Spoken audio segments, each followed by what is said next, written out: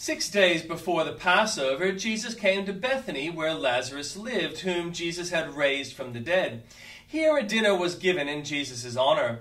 Martha served, while Lazarus was among those reclining at the table with him. Then Mary took about a pint of pure nard, an expensive perfume. She poured it on Jesus' feet and wiped his feet with her hair. And the house was filled with the fragrance of the perfume. But one of his disciples, Judas Iscariot, who was later to betray him, objected. Why wasn't this perfume sold and the money given to the poor? It was worth a year's wages.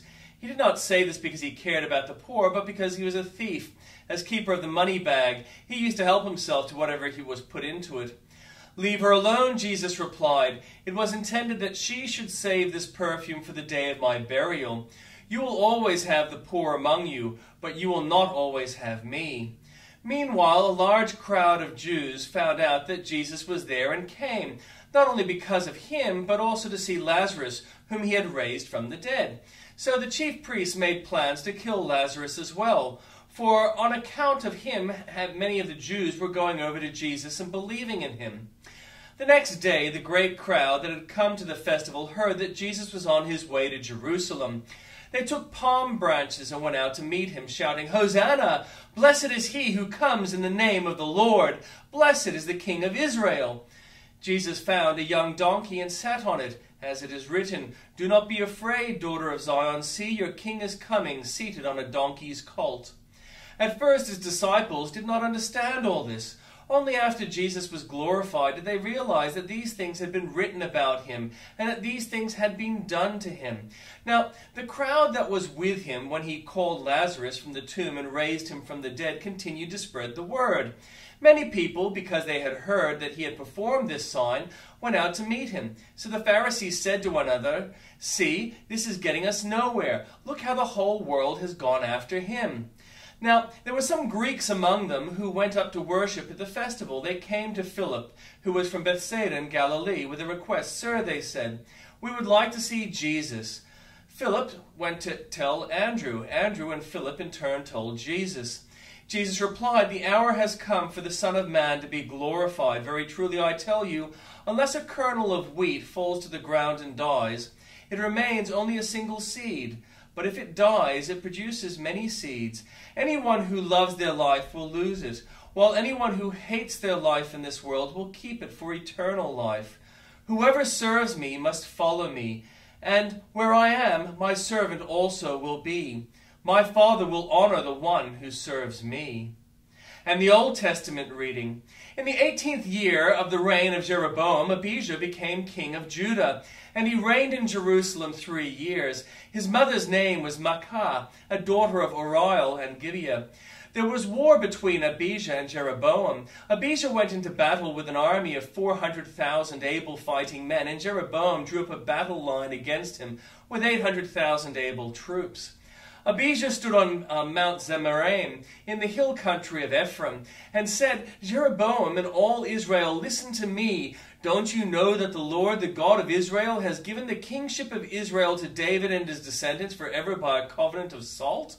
Yet Jeroboam, son of Nebat, an official Solomon, son of David, rebelled against his master. Some of the worthless scoundrels gathered around him and opposed Rehoboam, son of Solomon, when he was young and indecisive and not strong enough to resist them. And now you plan to resist the kingdom of the Lord, which is in the hands of David's descendants. You are indeed a vast army and have with you the golden calves that Jeroboam made to be your gods. But didn't you drive out the priests of the Lord, the sons of Aaron and the Levites, and make priests of your own, as people of other lands do? Whoever comes to consecrate himself with a young bull and 7 rams may become a priest of what are not gods.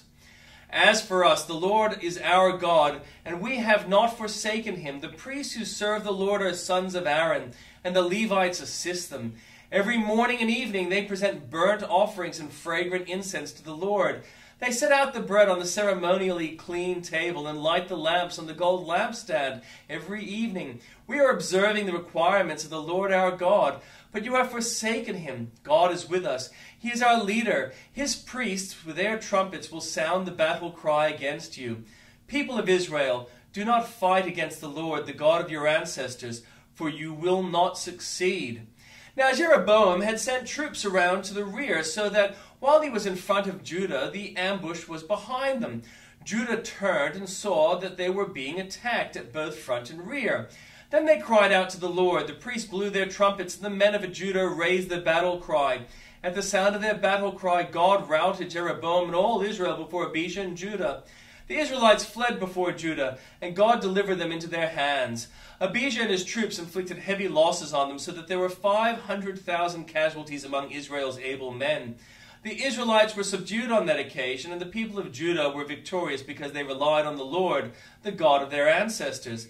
Abijah pursued Jeroboam and took from him the towns of Bethel, Jesnah, and Ephron, with their surrounding villages. Jeroboam did not regain power during the time of Abijah, and the Lord struck him down, and he died.